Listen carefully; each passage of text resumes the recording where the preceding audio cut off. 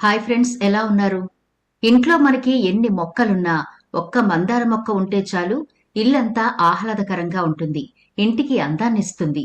ముఖ్యంగా ఆడవాళ్లకైతే ఈ మందార మొక్క సంజీవనిలా ఉపయోగపడుతుంది. హెయిర్ వాష్ చేయడానికి ఈ ఆకులు వాడతారు. మరికొందరేమో ఆయిల్ ప్రిపేర్ చేసుకోవడానికి పువ్వులు వాడుతూ ఉంటారు. ఇక ఇంటి అందం కోసం చాలా మంది మందారాలను పెంచుకుంటూ ఉంటారు. ఈ మధ్య కాలంలో చాలా రకాల మందారాలైతే వస్తున్నాయి కదండి. మొక్కలంటే బాగా ఇష్టమైన వాళ్ళు తప్పకుండా పెంచుకునే మొక్కల్లో మందార మొక్క కూడా ఒకటి ఉంటుంది. ఎందుకంటే ఇది సీజన్‌తో సంబంధం లేకుండా ఎప్పుడూ పూస్తూనే ఉంటాయి ఈ పూలు. ఇంటికి అందాన్నిస్తుంటాయి, ఆహ్లాదాన్నిస్తుంటాయి. అలాగే మన హెయిర్ సంరక్షణకు కూడా అద్భుతంగా ఉపయోగపడతాయి. కాబట్టి మందార మొక్కలను, పూలను ప్రతి ఒక్కరూ ఇష్టపడుతూ ఉంటారు. అయితే కొన్ని కారణాల వల్ల మందార మొక్కను సరిగా పెంచడం తెలియక ఆ మొక్క ఎండిపోవడం గాని, చీడ పట్టడం గాని, పురుగు పట్టడం కానీ జరుగుతూ ఉంటుంది. ఈనాటి వీడియోలో మీరు ఎంతో ఇష్టపడే ఈ మందార మొక్కకు పురుగు పట్టకుండా ఎలా చూసుకోవాలి, సింపుల్ చిట్కాతో మందార మొక్కను సంవత్సరం పొడవునా చక్కని పూలతో విరబూయించుకోవాలి అంటే ఏం చేయాలో ఈనాటి వీడియోలో చెప్పబోతున్నాను. కాబట్టి వీడియో స్కిప్ చేయకుండా చివరి వరకు చూడండి. అలాగే మన ఛానల్ ని ఎవరైనా ఫస్ట్ టైం చూస్తుంటే సబ్స్క్రైబ్ చేసుకోవడం మర్చిపోకండి. పక్కనే గంట సింబల్ కనిపిస్తోంది కదా, దాన్ని ప్రెస్ చేసి ఆల్ నోటిఫికేషన్ ఆన్ చేసుకుంటే మేము ఎప్పుడు వీడియో అప్లోడ్ చేసినా నోటిఫికేషన్ ద్వారా ముందుగా మీ ఫోన్లోకి వస్తుంది, మీరు చూడొచ్చు. అంతేకాదు ఫ్రెండ్స్, మాదొక చిన్న రిక్వెస్ట్, ఈ వీడియో నచ్చితే లైక్ చేయడం మర్చిపోవద్దు. మీ లైక్ మాకెంతో మోటివేషన్ ఇస్తుంది ఇలాంటి మరిన్ని వీడియోలు చేయడానికి. అంతేకాకుండా మీ లైక్ వల్ల ఈ వీడియో మరికొందరికి రీచ్ అవుతుంది కూడా. కాబట్టి మర్చిపోకుండా లైక్ చేయండి ఫ్రెండ్స్. ఇక టాపిక్ లోకి అయితే వెళదాం. సాధారణంగా మందార మొక్కలకు పిండి పురుగు, అలాగే ఆకుముడత తెగులని, ఆకు మచ్చల తెగులని, లేదా ఆకు రాలిపోవడం ఇలాంటివి సాధారణంగా జరుగుతూ ఉంటాయి. పిండి పురుగు మొక్కలకు గనక పడితే ఎలా గుర్తించాలి అంటే, ఆకుల కాండానికి, మొగ్గలపై కూడా తెల్లటి దూది లేదా పిండి లాంటి పదార్థం కనబడుతూ ఉంటుంది. ఇలా వస్తే పిండి పురుగు పట్టినట్టు. ఇక వీటి లక్షణాలు ఎలా ఉంటాయంటే, మొక్క బాగా బలహీన పడిపోతుంది. ఆకులేమో పసుపు రంగులోకి మారిపోయి రాలిపోతూ ఉంటాయి. పువ్వులు అస్సలు పుయ్యవు. ఇక ఆకుముడత తెగులు అని చెప్పుకుంటే గనక దీన్ని ఎలా గుర్తించాలి అంటే, ఆకులు లోపలికి లేదా బయటికి ముడుచుకుపోయినట్టుగా ఉంటాయి. అలాగే రసం పీల్చే పురుగులు అంటే తెల్లదోమ గాని, తామర పురుగులు, నల్లి ఇలాంటివి పట్టడం వల్ల కూడా మందార మొక్క క్షీణించిపోతూ ఉంటుంది. ఇక ఆకుమచ్చల తెగులు గుర్తించాలి అంటే సింపుల్. ఆకులపై నల్లటి లేదా గోధుమ రంగు మచ్చలు ఉంటాయి. తేమ ఎక్కువగా ఉండడం వల్ల, వర్షం పడడం వల్ల ఈ ఫంగస్ ఎక్కువగా వస్తుందన్నమాట. ఇక ఆకు రాలిపోవడం గాని, మొగ్గలు రాలిపోవడం గాని జరుగుతూ ఉంటాయి కదా. ఇవి ఎందుకు జరుగుతాయి అంటే, మట్టిలో గనక తేమ శాతం ఎక్కువ లేదా తక్కువ ఉన్నా సరే ఇలా జరుగుతూ ఉంటుంది. సరైన పోషకాలు లేకపోయినా సరే ఆకులు రాలిపోతూ ఉంటాయి. ఎండ సరిగా తగలకపోయినా సరే ఇలా జరుగుతూ ఉంటుంది. మందార మొక్కలకు ఎక్కువగా వేసవి కాలంలోనే సమస్యలు వస్తాయి. అలా వచ్చినప్పుడు మీరు చాలా బాగా అబ్జర్వ్ చేయాలి. ఎక్కడెక్కడైతే డ్యామేజ్ అయింది, ఈ ఫంగస్ ఎక్కడెక్కడి నుంచి స్టార్ట్ అయింది, మొక్క అంతా స్ప్రెడ్ అయిందా, ఆకులు, కాండం, మొగ్గలు, అలాగే చెట్టు మొదలు అన్ని కూడా మీరు చాలా జాగ్రత్తగా అబ్జర్వ్ చేయాలి.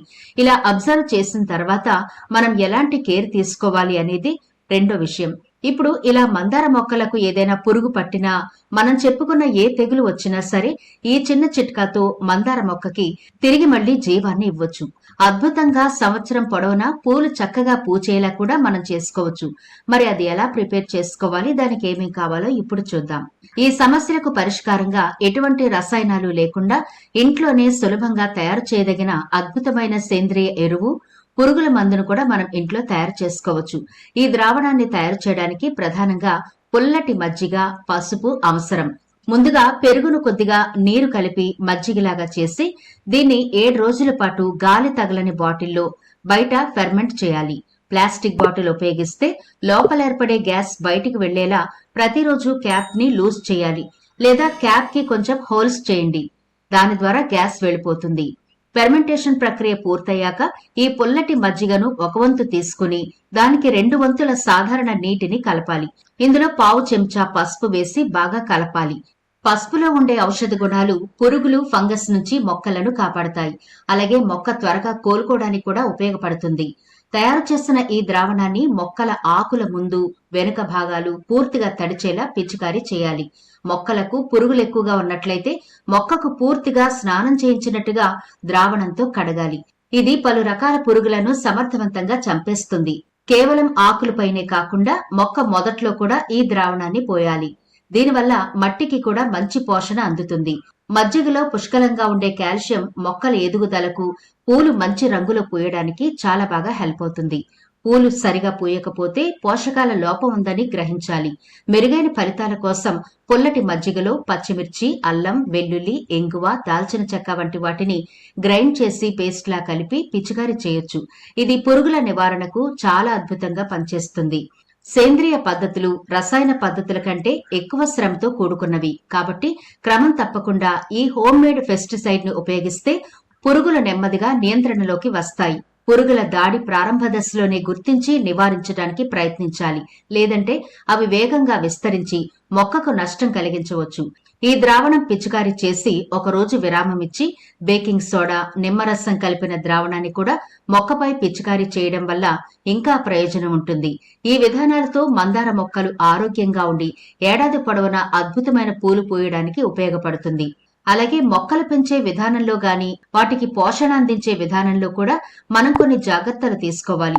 మొక్కలు చాలా దగ్గరగా ఉంటే గాలి ఆడక ఇన్ఫెక్షన్లు త్వరగా వస్తాయి. కుండీల మధ్య కాస్త ఖాళీ ఉంచండి. మందారంకు రోజుకు కనీసం 6 గంటల ఎండ తగిలితే ఇలాంటి ఫంగల్ ఇన్ఫెక్షన్లు వచ్చే అవకాశం తక్కువ. తెల్ల పురుగులు ఎక్కువగా ఉన్న కొమ్మలను కత్తిరించి దూరంగా పారేయడం వల్ల మిగతా మొక్కకు అవి పాకకుండా ఉంటాయి. మందారం లేదా ఇతర ఉష్ణమండల మొక్కల కోసం ప్రత్యేకంగా రూపొందించిన మట్టి మిశ్రమం లేదా పాటింగ్ మిశ్రమాన్ని ఉపయోగించండి. నేల పైభాగం పొడిగా ఉన్నప్పుడు మొక్కకు నీళ్లు పోయండి మరియు ఎక్కువ నీరు తాగడం లేదా మొక్క నీటిలో నిలబడకుండా చూసుకోవాలి. మొక్క వేర్లు బాగా పెరగడానికి 10 నుంచి 12 అడుగుల వెడల్పు, అడుగున రంధ్రం ఉన్న కుండీని ఎంచుకోవాలి. 60% సాధారణ మట్టి. ఇక మట్టి కలిపే విధానంలో కూడా జాగ్రత్తలు తీసుకోవాలి. అదెలా అంటే 60% సాధారణ మట్టి, 20% ఎర్రమట్టి లేదా కోకోపీట్ వేసుకోండి. 20% వర్మి కంపోస్ట్ లేదా పశువుల ఎరువు. వీటిని బాగా కలిపి మట్టి సిద్ధం చేసుకోవాలి.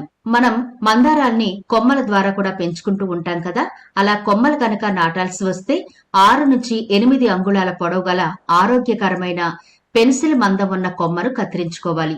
ఈ కొమ్మను మట్టిలో లేదా రూటింగ్ హార్మోన్లో ముంచి కుండీలో నాటాలి.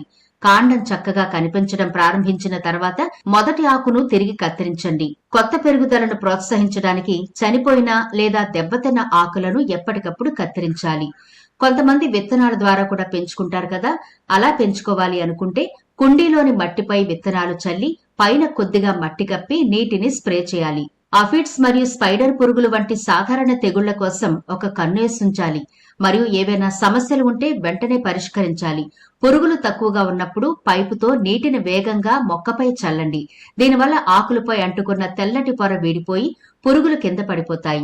ఇక అలాగే మీరు ఎక్కువగా మొక్కలను పెంచుకుంటూ ఉంటే గనక వేప నూనె గార్డెన్ లో ఉండడం మంచిది. ఎందుకంటే ఇది మొక్కలకు సంజీవనిలా పనిచేస్తుంది. చూశారు కదా, మన ఇంటికి అందాన్ని తెచ్చే మందార మొక్కలకు ఎటువంటి జాగ్రత్తలు తీసుకోవాలి, అలాగే విత్తనాల ద్వారా పెంచేటప్పుడు ఏ జాగ్రత్తలు తీసుకోవాలి, కొమ్మలు కనుక నాటితే ఎలాంటి జాగ్రత్తలు తీసుకోవాలి, మొక్కను ఎలాంటి కుండీలో నాటాలి, ఇటువంటి డీటెయిల్స్ అన్ని కూడా చూశారు కదా. కాబట్టి తప్పకుండా ఈసారి మీరు మందార మొక్కను ఈ విధంగా పెంచి చూడండి.